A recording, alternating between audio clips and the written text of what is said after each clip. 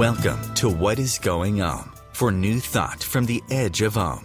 Each week on OMTimes flagship radio show, veteran broadcaster, author, and media consultant Sandy Sedgbeer conducts thought-provoking interviews with inspirational authors, artists, musicians, scientists, speakers, and filmmakers who are working at the point where spirituality and science meet consciousness at the very edge of Om. Here is your host, Sandy Sedgbeer.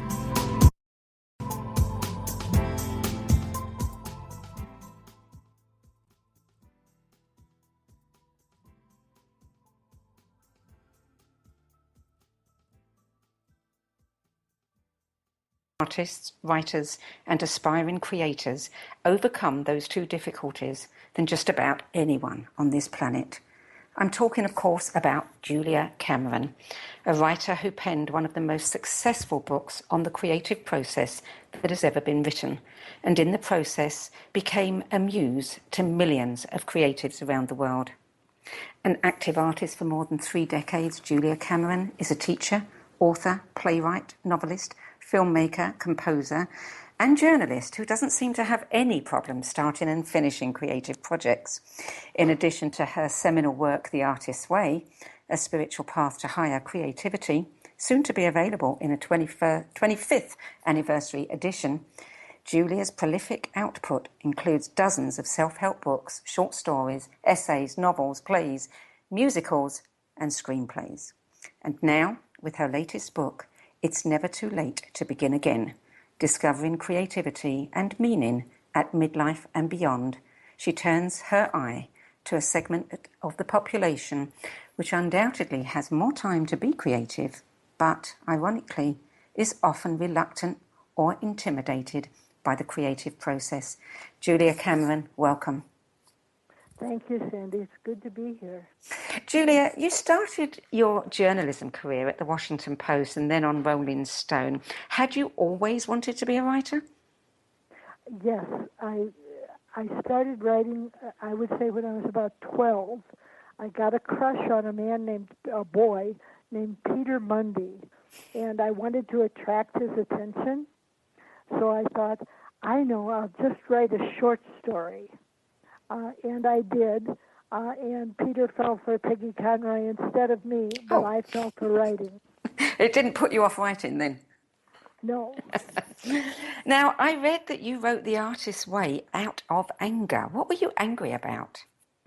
Well, I felt that artists in our culture were mistreated, and that they were often criticized unfairly, and that we had a mythology around creativity that was very negative.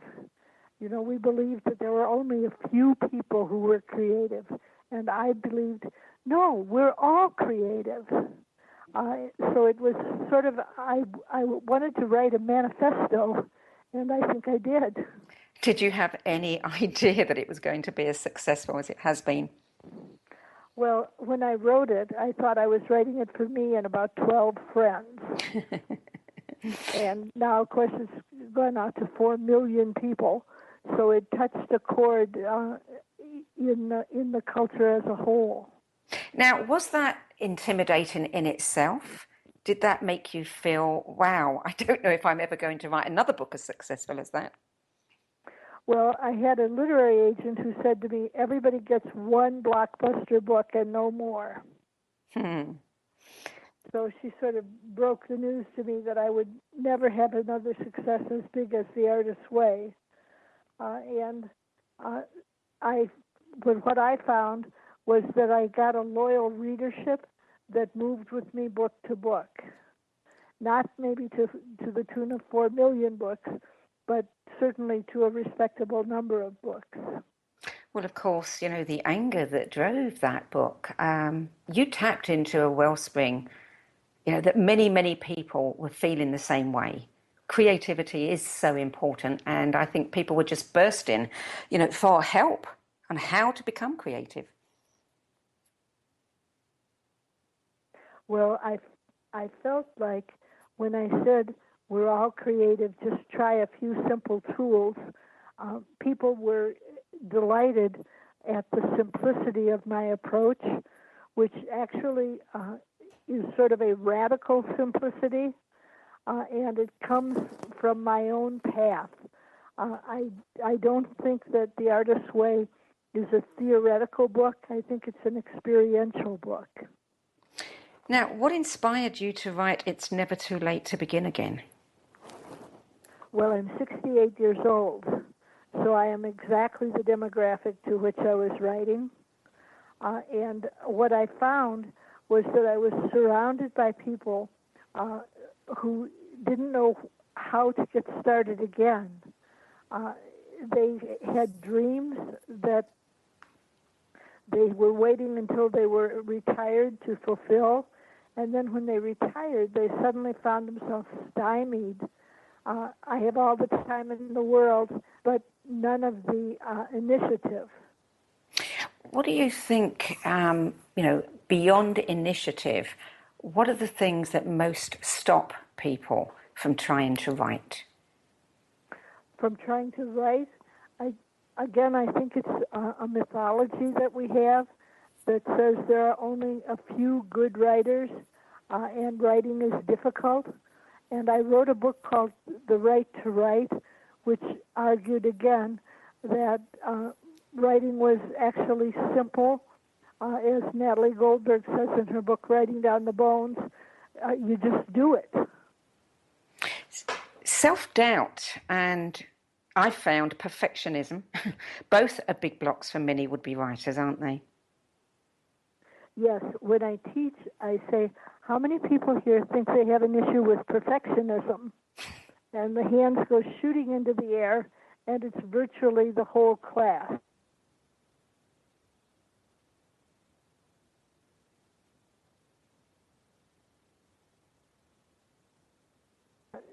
Not to take practice shots. So we have no sense that it's okay to do a rough draft. We feel we must do a final draft. A lot of times, especially with filmmakers, people will measure themselves against the masterpieces of master filmmakers. And I always say you should see the beginning films. Of course, yeah. Because the beginning films would give you great encouragement. And of course, many people think, they see a book and it's been polished by a number of editors and they think, I can't possibly aspire to write as well as that. They don't see the book in its early stages before the editors have had at it. Right. I think that people try their hand at writing, and then they may give it to one person to read, and if that person is discouraging, they give up. Yeah, I mean, you make a very good point about how important it is to surround yourself by positive people, people who support you in your dreams. Yes, that's what I call believing mirrors. Yes. And believing mirrors reflect back to you your talent, your potential, your strength, your gifts. And I think that a lot of times we don't surround ourselves with believing mirrors. We instead have people in our lives who have our second, third, and fourth thoughts for us. Yes. Or they don't want us to do something that they're afraid to do for themselves. Right. What happens a lot of times when people work with my tools and they begin to become unblocked, they meet with resistance from their intimates. And I think it's because we're changing our definition of ourselves. We're daring to take risks. And that raises the possibility that, I could take a risk too.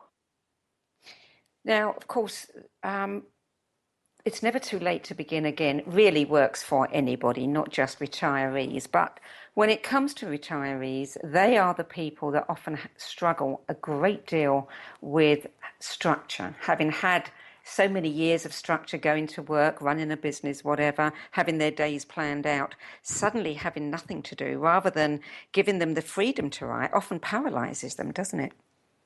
Yes, it's a syndrome that we would often see with academics when they take a sabbatical and they are planning a whole year of working on a pet project, and then they find themselves frozen and unable to go forward on their projects.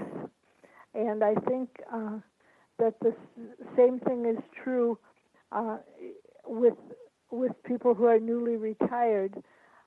The sudden bolts of large, unstructured time is very frightening. Yeah, it can be very frightening. My sister retired a couple of years ago, and it was her dog that gave her structure. When her dog died, she, apart from being grief-stricken at the dog's death, she was also completely lost because she said she'd lost all structure in her life, and she didn't know how to create new structure. Well, I think that the tools in It's Never Too Late to Begin Again are largely the tools of structure. Yes. We have an empty day, and I say, all right, your day is empty. Now, first thing in the morning, write 3 pages of longhand morning writing. And people start to do that, and it begins to give them a structure, and the pages will suggest to them other structures that they can put in place, other risks that they can take. And they can do it very easily. I mean, nothing in your book is hard work. You're not a hard taskmaster. Thank you. You're listening to What is Going On. I'm Sandy Sedgbeer, and I'm speaking with best-selling author of The Artist's Way, Julia Cameron, about her new book, It's Never Too Late to Begin Again. After the break, Julia will share details of the toolkit she uses in her 12-week course and tell us why her recommended practice of morning pages can not only help you uncork your creativity and sharpen your intuition, but also get you laid. We'll be back in a few moments. Stay tuned.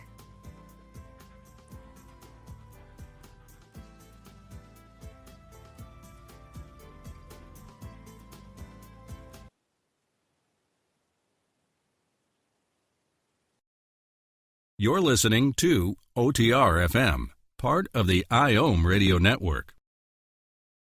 Being a radio host on IOM FM allows you to build your show on a rich platform with the power of the internet to fulfill your outreach goals and connect with a very specialized and global online audience, unlimited by time and distance. OMTimes Radio will provide you with web relevance, a recognizable conscious brand, and with the standard of excellence that has accompanied every single OMTimes endeavor. Host your show with OMTimes Radio Network. This is Terry Van Horn, and I want to invite you to join me for my weekly radio show, Hailing Light, on OMTimes Radio every Wednesday at 6 p.m. Eastern Standard Time. On Hailing Light, we want to bring love, light, and blessings into your world. You can find out more about us at www.healinglightonline.com. Blessings. The name is Bond. James Bond. No, the name is Joe. The Joe Show. And we are returning back for our 9th season here on OMTimes Radio.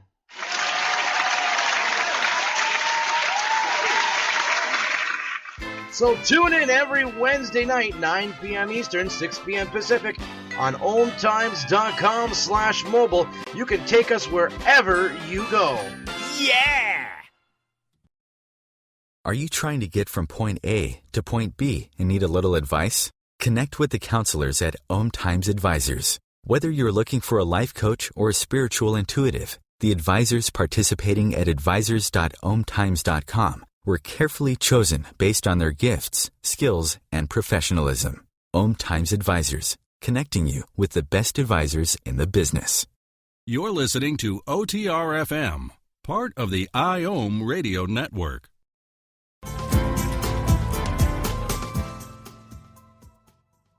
I'm Sandy Sedgbeer, and I'm speaking with author, playwright, filmmaker, and journalist Julia Cameron about her new book, It's Never Too Late to Begin Again, Discovering Creativity and Meaning at midlife and beyond.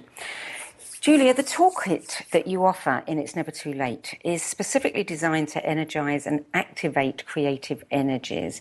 You say that working with the tools, people find themselves daring to risk, and they soon realize that their age and experience are creative advantages. How do you find that age and experience are creative advantages? Well, I went back to film school 20 years later than most people go. And I did my first film on divorce, and I found that it connected to a wide audience, and I had a depth of understanding and a gift for storytelling. And I think that a lot of times when people are in their 60s and 70s, if they have the courage to take a class, they soon find that the people in their class who are maybe 20, 30, 40 years younger begin to look up to them. And they begin to think, oh, I do have something to say. So you think that then they have more confidence and they've had more experience of the world to bring to whatever project? I don't think they necessarily have more confidence, but they have more discipline. Ah, yeah. And that's an important one in creating something, isn't it? Yes. Now, you have several components in your toolkit: memoir writing, morning pages, artist dates, and solo walks. Tell us about these. Let's start with memoir writing. Why do you encourage everybody, even if they don't ultimately want to, publish a memoir, to write their own? Well, I think that a lot of times when we get to retirement, we think, is that all there is?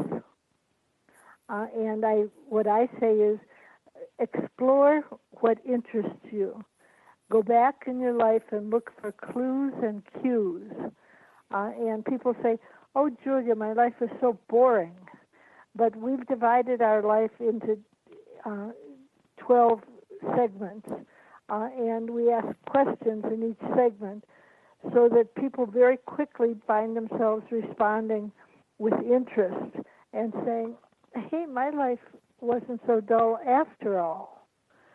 So I think that the memoir is a wonderful legacy to leave to your children and your grandchildren, because very often they don't know the adventures that we've had. And go ahead. I was going to say, I totally agree with you. I'm always encouraging the elderly people I meet to write a memoir because it's so important for the children to know who their parents, grandparents are, who they were. Yes, and a lot of times we have adventures that we've sort of buried as time goes on. And when we go back and excavate our lives, we find, oh, this was actually very exciting. And many times we will discover that we have a latent gift. For example, when we're young, we love taking photographs, and then we sort of let it go by the board. And then we retire and we write our memoir and we see, oh, I love taking photographs. Gee, maybe I could try that again. The other thing I think about writing a memoir is, think about grandchildren. They only know the grandparents as their grandparents. They have no idea of the adventures they've had, the things that shaped them, and they could gain a lot of confidence from knowing some of the challenges that they faced as well. Yes, exactly. Tell us about morning pages. I'm an author and a journalist all my career, and I've never liked journaling. So it's been a very hard practice for me. But since reading your book, I've suddenly begun to think, I think this could be really useful. Yes, morning pages are what I call the bedrock tool. And what they are, it they aren't journaling. With journaling, we typically set a topic. I'm going to write everything I feel about Jack. And then we write 3 or 4 pages on Jack. With morning pages, we write just bullets, thoughts. We may write, I hate Jack. And then we may not write any more about Jack for another day or two. And morning pages are like taking a little whisk broom to your consciousness and poking the broom into the corners and whisking out the things that were hidden there. They are not high art. They are strictly stream of consciousness. So they give people a lot of emotional relief because what you're doing is you're putting on the page how you really feel. And it's often eye-opening. And of course, you don't share that with anybody. No, morning pages are for your eyes only. So I have to ask you this, Julia. As I hinted before the break, I read in a recent interview published in the New York Times that you said morning pages help uncork your creativity, sharpen your intuition, and get you laid. So tell us how. Well, what happens with morning pages, and I'm sort of teasing a little bit when I say they get you laid, but I do find when I teach that if I'm teaching a 12-week course, when you're about 6 weeks in, people suddenly start attracting new boyfriends, new girlfriends. And I think it has to do with the fact that as we become more honest and authentic, we become more interesting. And so as you write morning pages and you become more authentically yourself, you tend to attract people just because you have a sort of innate charisma. I'm sure lots of people are taking notes now, and they're going to certainly try that one. Artist dates. What is the purpose of an artist date? Well, First of all, what is an artist date? It's a weekly expedition to do something festive alone. It's an opportunity to do something that enchants you. It's an opportunity to do something that intrigues you. And you go out and you do a small adventure. You set aside maybe 2 hours, and let's say you go. I live in Santa Fe, and we have a store called Jurassic Park Pets, and I'm scared of snakes, and it has snakes and lizards and all sorts of creatures. And so an artist date for me might be going, well, I'll just try going in there and see what happens. And I did, and it was a wonderful adventure. So the point of an artist date is that it gives you a sense of the world being an adventuresome, benevolent place. And how does that actually help your writing? Well, when you write, you're drawing on what I call an inner trout pond. You have a reservoir of images, and you write and you sort of hook an image and bring it to the surface and put it on the page. And what happens is that many times people will write and they'll keep drawing on their inner trout pond, and they will overfish it. So it becomes more difficult to write because you go to hook an image and there's not an image there to be hooked. So when you do an artist date, you are consciously refilling your trout pond. You're putting in images and adventures that give you a sense of fluidity and ease when you try to take pen to page. Oh, that makes sense. Now, what about solo walks? Why solo? Well, if you walk with your dog, you find that you are taking your dog's walk. You're walking along with your dog, and all of a sudden it's like, oh, look at that wonderful Weimaraner. Isn't he handsome? And you become distracted. When you walk by yourself, without your dog, without a cell phone, without a friend, you become aware of your own consciousness, and you walk out a lot of times with a problem, and as you walk, you become interested in your surroundings, and you sort of set the problem aside, and you keep walking, and by the time you walk back in after about 20 minutes, you often have a solution to your problem, or at least a different perspective on it. We spoke earlier about, surrounding yourself with people that are supportive. How might one begin to, a creative recovery following something like divorce, bereavement, or a move away from family and friends? If you don't have that supportive network anymore, how can you find it?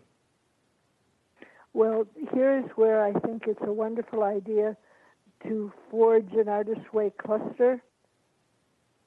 I call it a creative cluster, and you can do it by putting a note up at the library or at the health food store or at the bulletin board at church or at a cafe, and you just say, do you want to unblock creatively? Please join me for 12 weeks. And what happens is you start to attract people who are like-minded.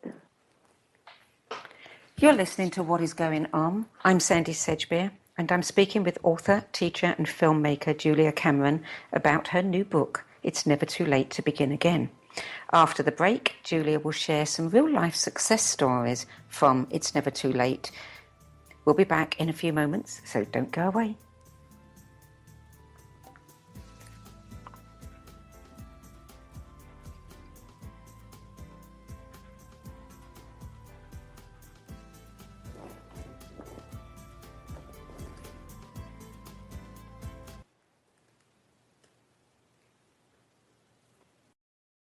You're listening to OTR FM, part of the IOM Radio Network. Being a radio host on IOM FM allows you to build your show on a rich platform with the power of the internet to fulfill your outreach goals and connect with a very specialized and global online audience, unlimited by time and distance. OMTimes Radio will provide you with web relevance, a recognizable conscious brand, and with the standard of excellence that has accompanied every single OMTimes endeavor. Host your show with OMTimes Radio Network. Hi everyone, this is Shay Parker, the host of Best of the Best, which airs live right here on IOM Radio every Tuesday night at 8 p.m. Eastern and 5 p.m. Pacific. I'm super excited to bring you expert guest hosts, spiritual discussions, free psychic readings, and so much more. I can promise that you will not want to miss this one-of-a-kind, fun, yet touching, down-to-earth show. Join us every Tuesday night at 8 p.m. Eastern, 9 p.m. Pacific on OTR FM. This is Shay Parker, and I can't wait to see you there.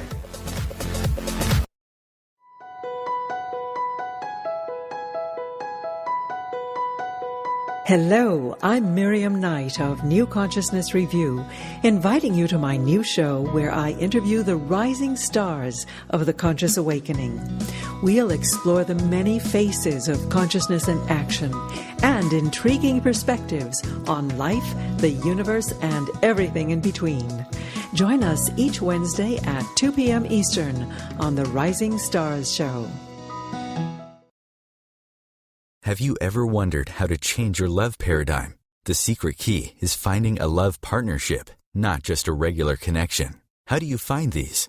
Through conscious relationships. Ascending Hearts Dating is a dating site for people like you that believes in second chances and a different type of spiritual connection. Try Ascending Hearts for free today at ascendinghearts.com and change your love paradigm. Ascending Hearts, the premier dating community for the spiritually awake. This is OTR FM, part of the IOM Radio Network.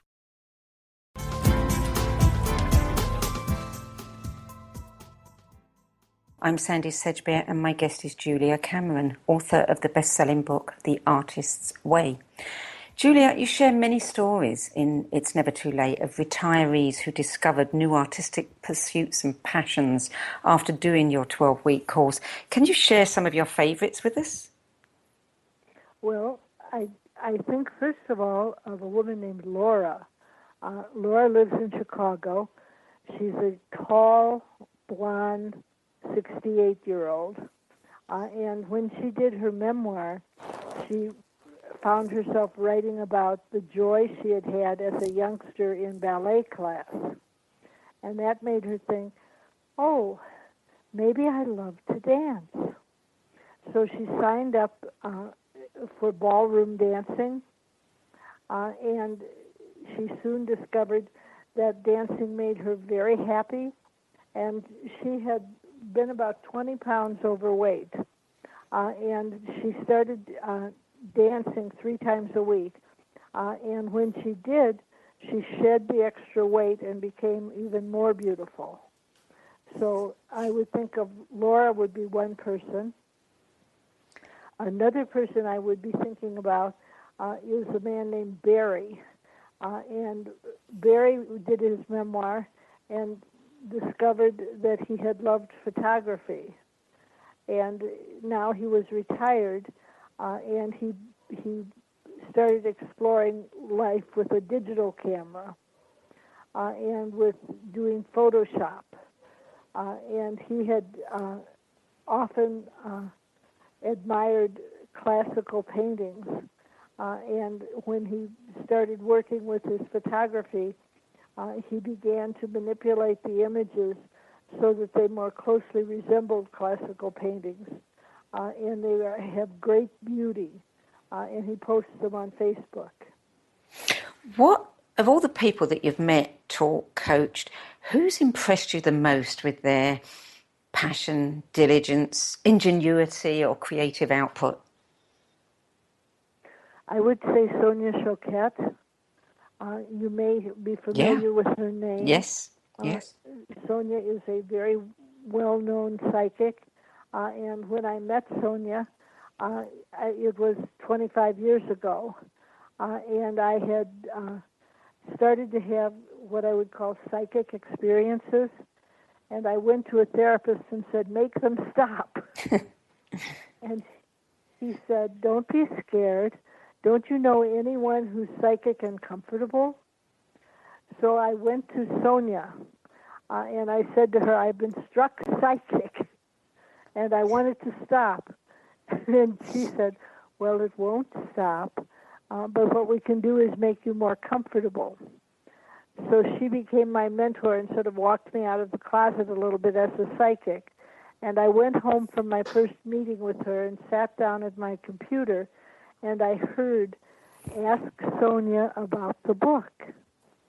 And I thought, I'm not going to ask Sonia anything. I'm just going to avoid her. And I heard, ask Sonia about the book. So reluctantly, I picked up the phone and called Sonia, and I said, I don't want you to think I'm just going to be calling you every 2 minutes. But I got home and I heard to ask you about the book. And Sonia said, oh my God. And it turned out that she had written a wonderful book, but she had shown it to a discouraging friend. And that friend said to her, it needs a lot of work. Is English your second language?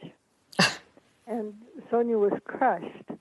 And I said, send me the book. So she sent her husband over with the manuscript. And I read it, and I thought, this is a good book. It just needs a little bit of shaping. So I started to work with her over the fax machine. I would ask her a question, and she would fax me back an answer. And we built a book that way, which became her book, The Psychic Pathway. And now she is an established author, and I think she has learned that it's natural to be creative just as it's natural to be psychic. You know, I loved reading that article that I mentioned earlier in the New York Times, the interview. I had to smile when you said, I know a lot of the stuff I talk about might sound woo-woo, but woo-woo is where it's at. Woo-woo is definitely where it's at today, but it was a lot less so 25 years ago when you wrote The Artist's Way. What have you noticed over the years? Did you find it hard to talk about your psychic ability when you first discovered it? Yes, very much so. I was afraid I was going to be labeled a kook, and I was afraid that people would think that I was a little bit off my rocker, and I had to depend heavily on Sonia, who kept modeling for me the graceful, delightful, fulfilled manner of trusting your intuition. And so I still, it's a dozen books later, and I still feel a little bit reticent about talking about psychic gifts. And yet you do, at the end of It's Never Too Late, you talk about what you do your morning pages, and then in the evening you ask questions, which many would call channeling, which is quite acceptable today, it seems. It certainly seems to be. And when I wrote the book, It's Never Too Late to Begin Again, and I put in the section about asking questions, when I read the book in galleys, I went, oh my God, I can't believe I talked about that. But I did. And your publisher didn't bat an eyelid? No, not a bit. No, it's interesting. Many books come my way, and I've noticed more and more books that are spiritual in nature coming out of the big publishing houses. So I think, the playing field has leveled a lot. Do you think that your process, your 12-week course, can actually help people develop their psychic ability as well as their creativity? I think it definitely does. I think that writing morning pages puts you in touch with your intuition and gives you a step up toward synchronicity. And I think that we have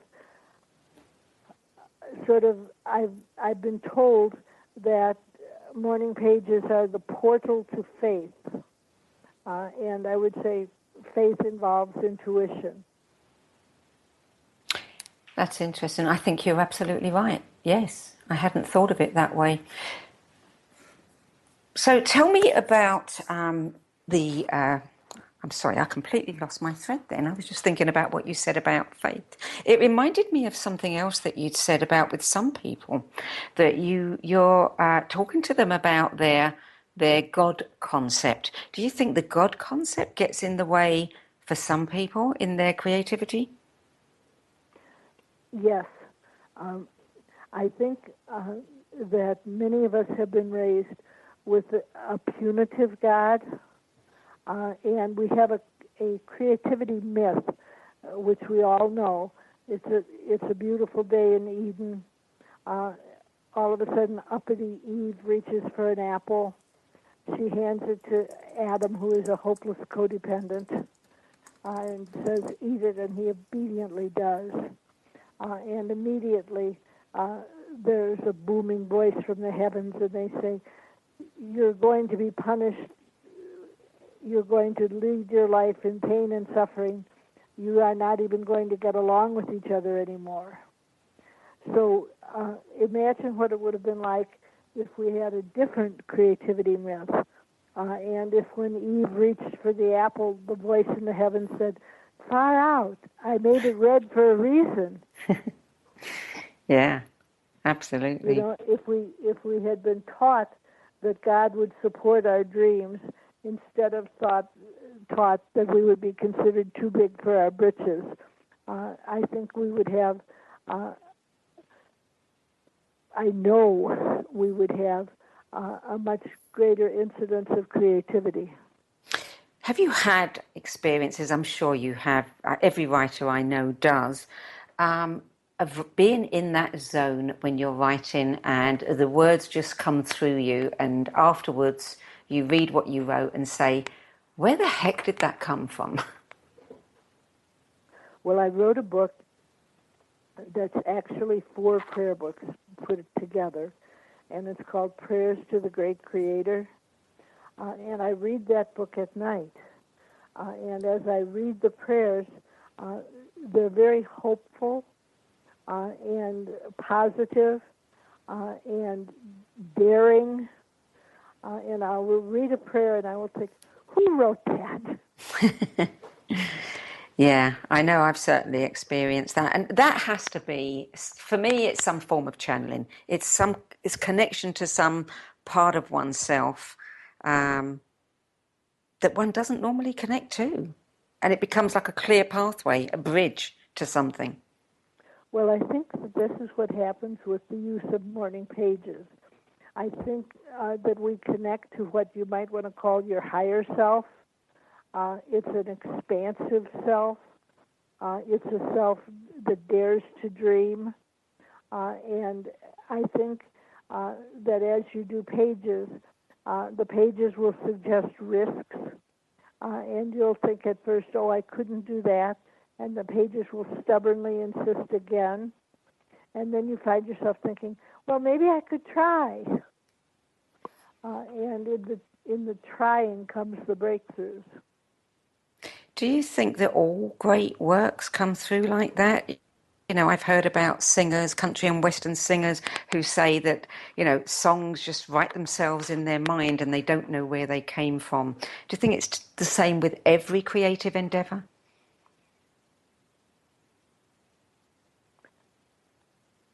I think so. But I don't think that people are always at ease citing the higher power as the source.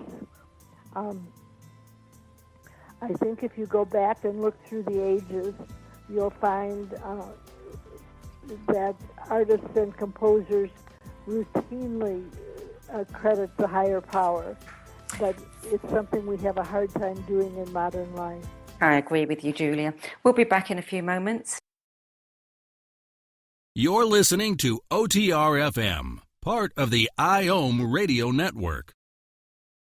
Host your show on IOM FM, the radio network of OMTimes Media, one of the more recognized brand names in the conscious community, and is backed by the extensive marketing reach of OMTimes. Hosting a show on IOM FM immediately connects you with our extensive dedicated community. Join Elliot Jollish, the business therapist, each Tuesday at 5 p.m. Eastern for the Elliot Jollish Hour, as he interviews business experts on your behalf. And you're invited to email your business questions to questions@ecjgroup.com for answers, live, on air every Tuesday at 5 p.m. Eastern on the Elliot Jollish Hour. Do you have time to read that inspiring book or that blog post you've been meaning to get to? In your busy world, how do you improve yourself and keep your life going? I'm Lisa Kay, and my Between Heaven and Earth radio show can transform your life just by listening. Be uplifted with inspiring topics, positive stories, and ideas that really work.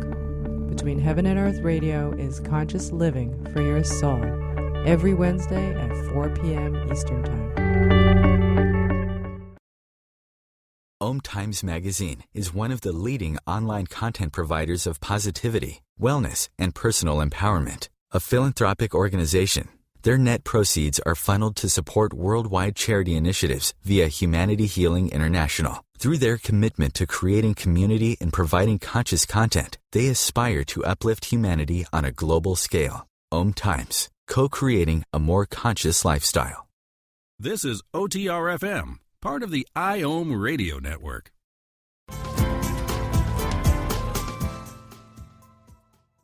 Sedgbeer, and you're listening to What Is Going On. My guest is Julia Cameron, and we're talking about her new book, It's Never Too Late to Begin Again, and the important role that creativity plays in keeping us young, passionate, and in love with our lives. Julia, which of your books was or were the most pleasurable and rewarding for you to write? Which was the most treasurable and rewarding? Yes.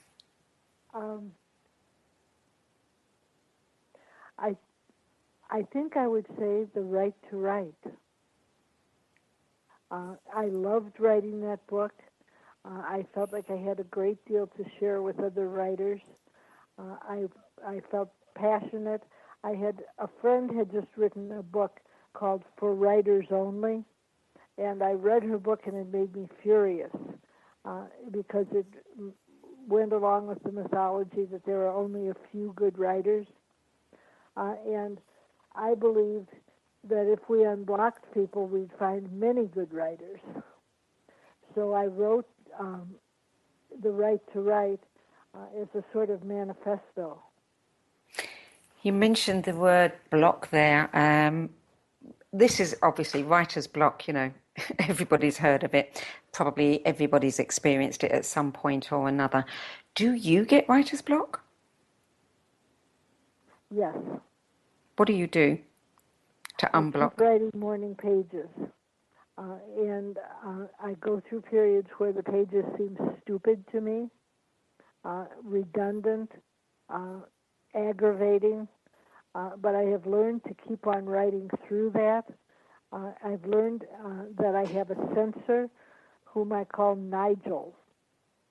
And Nigel, I would say, is a British gay interior decorator. And nothing I do is ever good enough for Nigel. So I recently wrote a book called The Creative Life, and every day I would write, and Nigel would say, "Oh, Julia, this is so boring. Who's going to want to read this book?" But I kept on writing, and I finally finished the manuscript, and I turned it into my publisher, and I said, "It might not be very good."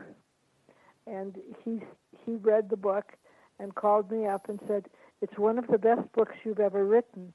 I think you've been listening to Nigel."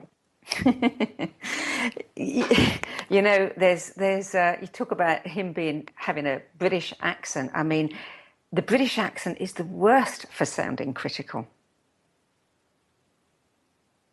Wouldn't you agree? I completely agree. Yeah. And I think it's also the best for sounding positive. I think we give a lot of power to those of you who have British accents. Power for good and for ill. I think that the power that we get is often undeserved. So tell me now about, you wrote in your introduction to The Artist's Way that our lives become our work of art. Looking back over your life, can you see it as a work of art? Do you see it as a work of art? Well, yes, I do. I find that I pursue my dreams. I write movies, I write plays, and sometimes I will put them away in a drawer and just keep right on writing. And I recently had a play performed out here in New Mexico in Albuquerque. And it was a play called Love in the DMZ. And the critics loved it. I had one review calling it a masterpiece and saying, "What was Julia Cameron thinking that she put it in a drawer for 10 years?" Where do you get your inspiration from? I think that I get inspired by other artists. I think that I believe in muses. I had, speaking of British, I had a muse for a number of years named Tim Weeder. And you may know Tim. He's a wonderful flute player and composer. Yes. And I found his creativity inspirational, and I wrote an entire poetry album so that we could record it together. and I found that when eventually he ended up going back to England full time, and I missed him. So who replaced him as your muse? I would say I have a muse in Emma Lively, who is my co-author on It's Never Too Late to Begin Again. I've worked with Emma now for 17 years, and she is a great source of inspiration. She's very brave. When I met her, she had just finished a master's degree in viola performance, and I said to her, "How good is your grammar? I need a literary assistant." And she said, "Well, I think it's pretty good." And she dared to become my assistant. And so we've worked together 17 years, and I find myself writing to please Emma. And it's a wonderful privilege to work with her on a book. And the books that we've now done 4 books together, and the books have won prizes. And so I find myself thinking, she's a very good muse. So do you find writing easier with Emma than when you were writing on your own? I find it delightful. I like writing in any form. I like writing by myself. I like writing with Emma. I don't necessarily find it easier, but I find it intriguing. And I will wait. I'll get a topic, and I'll write on it, and then I'll dictate it to Emma, and then Emma will write on it, and we'll put the two things together and have a whole. You've written for, all different mediums. You're a playwright. You've written film scripts. Do you, when you're writing, or when you were writing for something that was new to you, did you find it exhilarating or intimidating? Both. I think it's both exhilarating and intimidating, and I have never let my intimidation keep me from trying a new art form. So it doesn't hold you back then? No, I've learned, as I said before, when Nigel speaks up, I say, "Nigel, thank you for sharing." And I keep right on writing.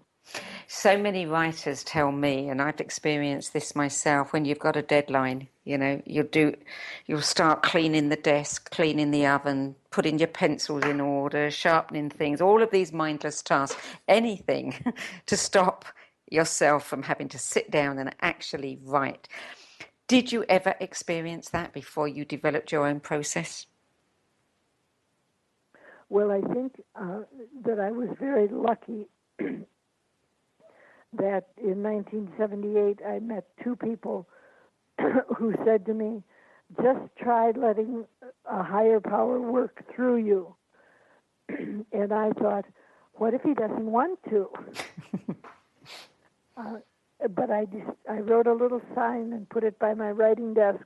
It said, "Okay, God, you take care of the quality. I'll take care of the quantity." And then I began to write freely. I used to keep under my desk a little strip cartoon, Calvin and Hobbes. And it was a little Calvin, the Hobbes is saying to Calvin, "Come on, you've got an essay that has to be finished in school." And Calvin says, "I can't, I'm waiting for inspiration." And he said, "Well, what's inspiration?" And Calvin says, "Last minute panic." Right. And that always used to get me going.